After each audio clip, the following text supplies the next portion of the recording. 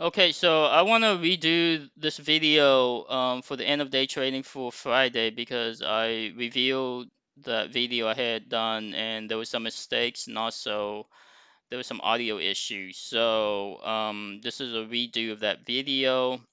Today is option expiration, Friday, end of the month. It's pretty much a crazy day, and these type of day option expiration you pretty much can't predict. It's not good to do a forward-looking technical analysis. I think going forward on option expiration, I'm going to look for potential outliers scenario and lay them out rather than lay out what would be the best prediction for option expiration. And it's a crazy. I mean, almost you can't predict option expiration. I mean, it's really unpredictable. The stock I'm gonna analyze is Tesla and Amazon. So let's start with Tesla. So on Thursday, 11 a.m., Tesla started a push, and someone started this push because they have options that they needed to close at 2300. So they started a push and the algorithm caught on. And however, they had to abandon the push. The push was targeting 2300, but the rebels or whoever, the one who's fighting this trend, they bought the VIX. So if you overlay the VIX was going up at the same time Tesla was going up.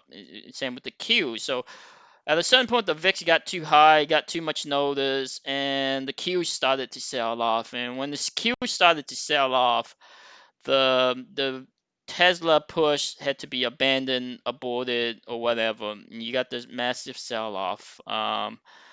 Then after this massive sell-off, it had some recovery. But then now, after the close, I had forecasted that Tesla would have a weak opening and then maybe a continued push. But that push was gonna be failed because whoever did this push on Thursday is not going to reattempt a unsuccessful push. Well, they were smart, very smart.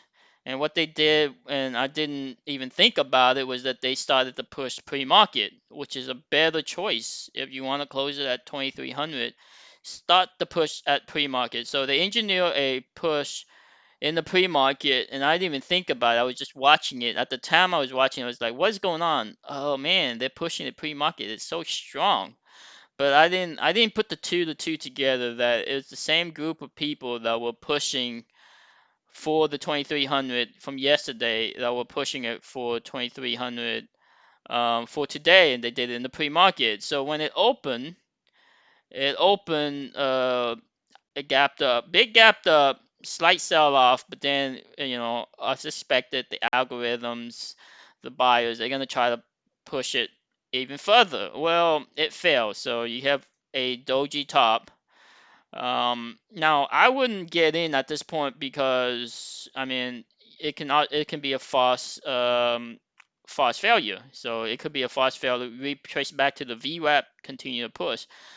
Obviously, it wiggled around and can try another push, fail. So this signature with its lower highs, you can see lower highs, lower low, this signature is a failing signature, and at a certain point, here's another lower high, lower low. At a certain point, I should have realized, and the reason I didn't realize it is because I had abandoned Tesla as a trading instrument after seeing the heavy buy up on the pre-market, the heavy support on the pre-market, the heavy push on the pre-market, the gap up and 2300. I had abandoned trading Tesla, which was a big mistake because Tesla was the big opportunity to make money. Had I kind of stepped back and look at it and try to analyze objectively what was going on, the type of analysis I'm doing now. Of course, it's in hindsight, but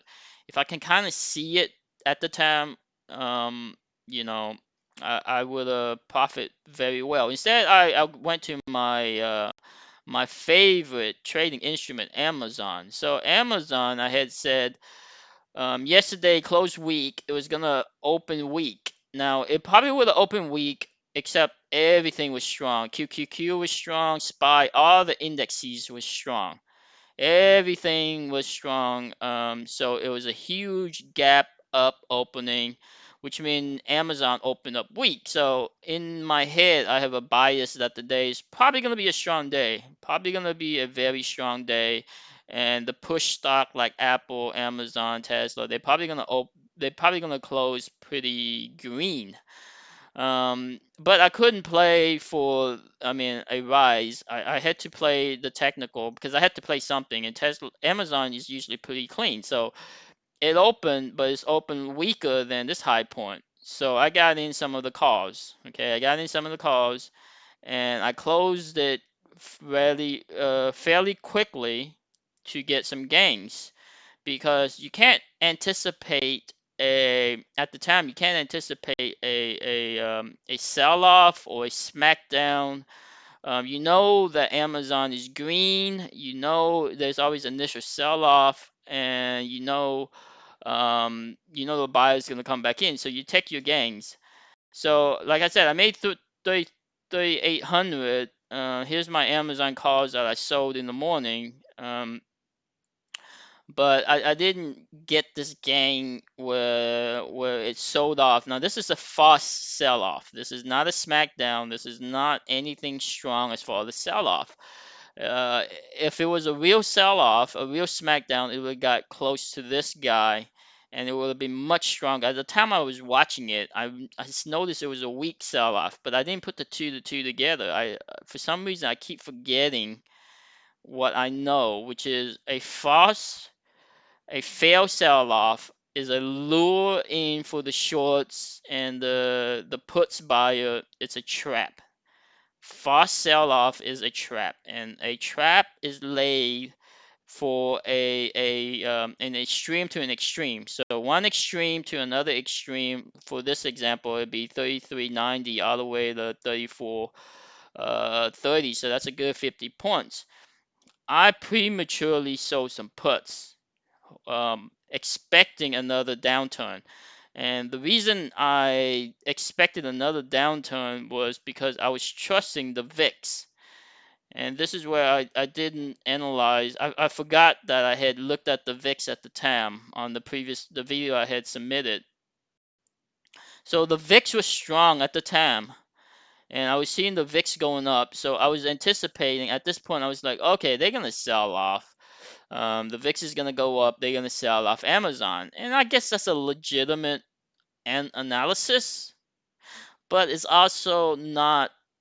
I mean, when they sprung a trap, this is stronger than the VIX. The VIX going up versus this peak to peak trap. Peak to peak trap is like a ace king. This is like a jack 10. You know, this is much stronger. Peak to peak is much stronger.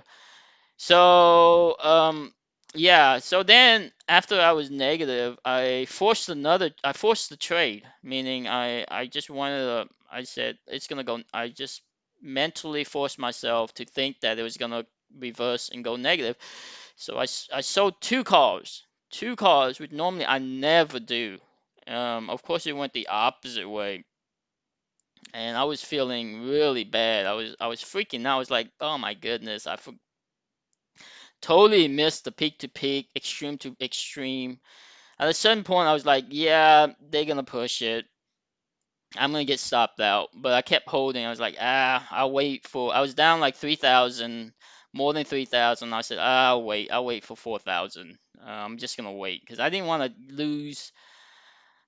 One, it was option expiration. Two, I just didn't want to lose 3,000, so I waited. Now, once this candle formed on the 5 minute, this is a doji top candle. Right, once this formed, had I not sold another call, I probably would have sold a call at that point, which would have been more profitable because this is a failing candle. Then this is a confirmation of a failing candle. Now I couldn't get out because both my calls were still negative. So I continued to wait, and they engineered another push. Luckily, I could have got hit with another push, Had they gone back to this top, I probably would have covered because I would have said that's they're gonna outrun it and they're gonna. So I was lucky. This was a lucky that they failed to push. Fortunately for me, and so this is a red candle. At this point, I knew my calls were gonna be positive. So yeah, I knew it was gonna positive. I would just wait it out, and I waited out all the way to VWAP, and I closed both calls for a gain on VWAP. Now, had I sold one calls here, and the first call I would have closed negative, I would have held the other call for more gains. But because I just didn't want to hold anymore because I didn't like that feeling of being negative 3,000. I went ahead and closed both calls. Of course, it went below the VWAP. Now, it didn't have to. Technically, it could have been, it was still a strong day. It could have easily held support on VWAP and went back up. Now, it did penetrate VWAP because option expiration, typically option expiration, they will overshoot. And here I got one put, and I'll cover for that put. Made some gains. So at the time, I was every position I had at the time was green. I was up 1,000 something. And then I told myself, okay, now is afternoon trash. You really can't trade the afternoon on a Friday. Of course you can, but I was in my head. I was like, uh, afternoon trash. Let's avoid it. Or wait for the extreme. I told in the video, the mid-morning video, wait for the extreme. And I went over Tesla to wait for the extreme. Now, had I focused on Tesla, had I not been distracted with that Amazon fiasco, I would have looked at Tesla cleanly and I would have saw lower highs, lower low pattern, lower highs, lower low patterns. And this was a classic, this was a really clean signal of testing the VWAP and failing the VWAP one, two, three, four times. One, two, three, four times failing the VWAP. Well, if it's gonna fail the VWAP four times and it didn't push, well, guess what? It's gonna sell off. At the time I was looking at it, I was like, man, I really want to get in. I really want to get in, but I was chicken shit, and this was the obvious play, and I sometimes the play that are the obvious is the one where you chicken the most for some reason. Well, look at that rundown. Okay, now had I gone in here, I would have covered here at the 100 uh, EMA, 100 exponential moving average.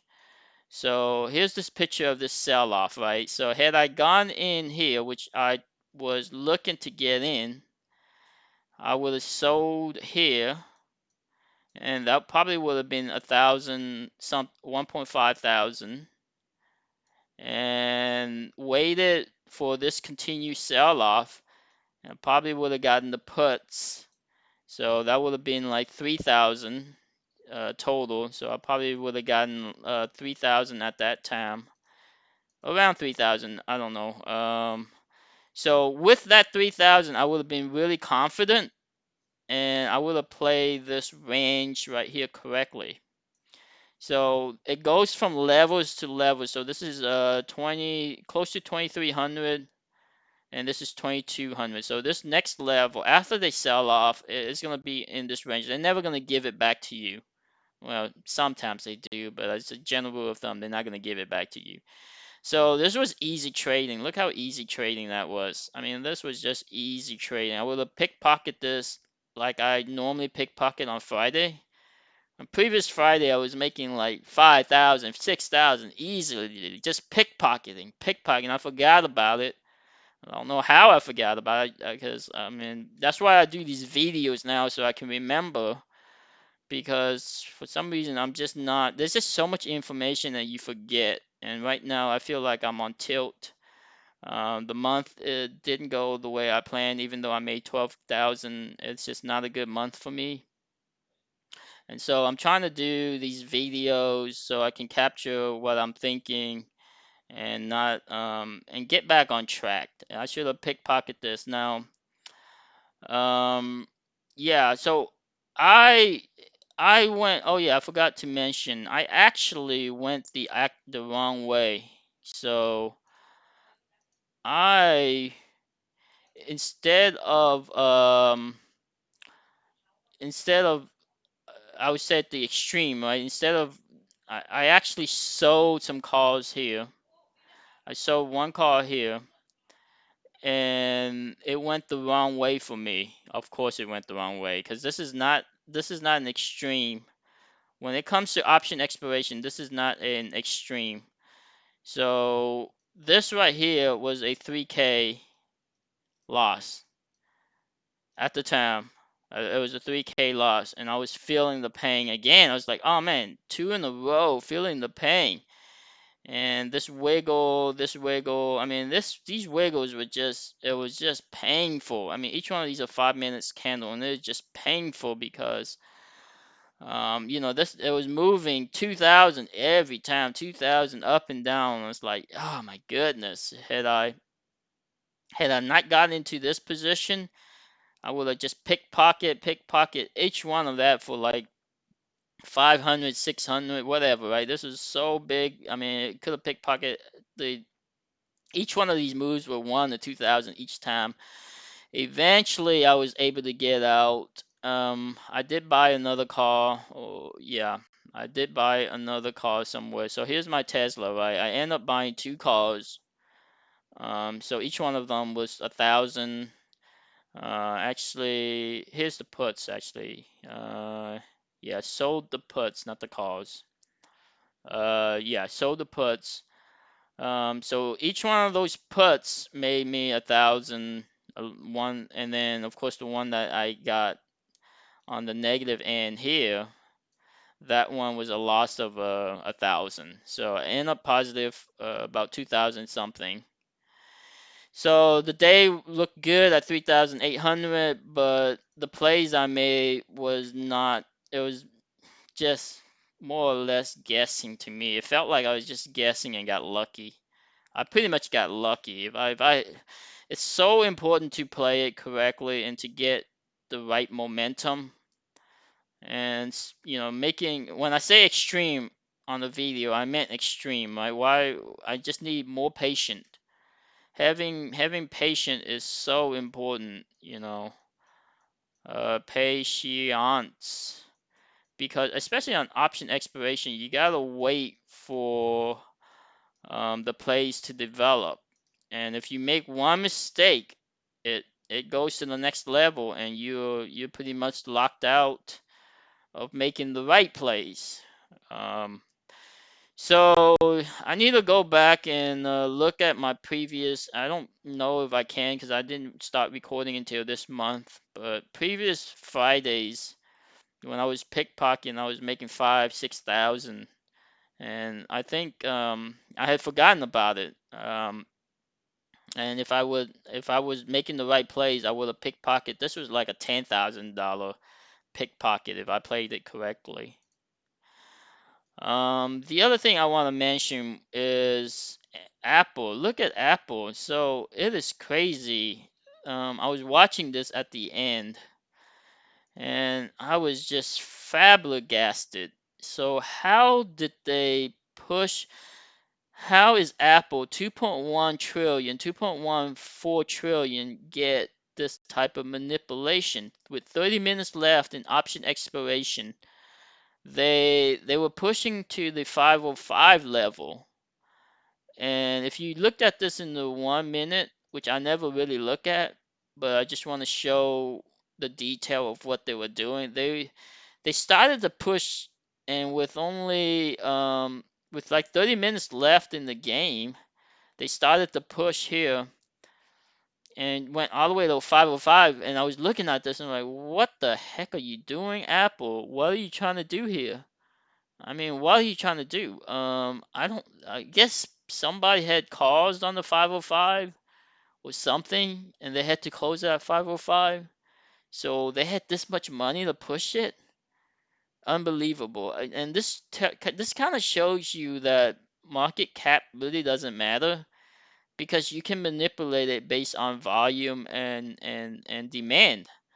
So even though the market cap is 2 trillion, it could be 3 trillion, it could be 4 trillion, the demand at the time, whoever was trying to push it was hitting the bids, and it was hitting, putting market orders to buy, buy, buy, buy. And it doesn't matter how big the market cap is. If the volume is sufficient, it's going to push. It's just all algorithm. It's all computer trading. I mean, electronic trading. So they were pushing, pushing, pushing, hitting the bid. Eventually, someone notices, sell it off, another push, and then eventually it closed at 500. Expected to close at 500. So these type of scenario opportunities. I mean, I got in on Tesla on that opportunity at the close here, right? I got in yeah, when it went, is this the right? Let me see. Maybe there was extended. Nope. So this kind of looks strange, but anyway, I got in. Let me look at Tesla over here. Maybe this one is better. Yeah, this one looks better. Oh, because that's the 1 minute. So I gotta go back to the 5 minute to show it correctly. Okay, so this right here was the 100 exponential moving average. So at this point, I saw this. So I sold some calls, or one call, and I was thinking of holding it to let it expire, but I kind of just covered it for 300. Yeah, I should be a little bit braver, but like I said, today was just mentally, I was just messed up. I mean, just not in the right mental state to play the way, just kind of playing chicken, kind of scared. And I guess I'm scared because mentally this month, I should have made 50,000, and I end up only making 12,000 because of some stupid mistakes. Um, and these mistakes, they, even though they don't seem that big, is just adding up mentally. So I lost this 4,000 on option expiration. I lost this 6,000 on option expiration. I lost this 4,000 on the squeeze. And this if I add everything up, or if I remove that, I would have made 27,000, which going into today, if I was like at 25, I would be more confident, right? But at 10,000, I'm just feeling not that confident. So I'm glad August is over. Begin the new month for September, hoping to make, quite at least 25 to 50,000. I mean, I don't like this small $10,000 gain. It's really messing up me mentally. So the thing is, people would say, well, you missed out on all this gains. Yeah, I missed out on all this gains. But it doesn't matter. As a trader, when you're selling calls, you're selling puts, it can stay flat and you can still make 50,000. As long as you read it correctly, there's enough movement. If it just move here flat, I can make 50,000. As long as I read the technical clean, as long as I play it right, as long as I see the cards right, I can make 50,000. No problem. Doesn't matter if it moves up, doesn't matter if it moves sideways, doesn't matter if it's moved down. As long as there's not, as long as I do enough risk mitigation, play it correctly, and not take too much loss, and load up when I need to load up. I'm gonna play the push more. A lot of traders play the push, and this is a sell-off, but a lot of traders play the push. I don't normally play the push because I don't like chasing. But the push is the right play to make if you want to maximize your gains. Now, even September, you say, well, there's going to be a sell-off. How much can you get on the push for September? You don't need to get the push. You can get the sell-off as well. I mean, it doesn't matter. The push can be positive or negative. This is just a flush, right? A sell-off flush, whatever you want to call it. Still, you got to play for this run.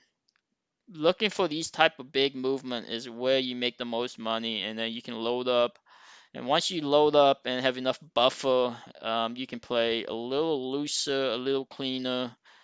Yeah. Anyway, that's it for the video.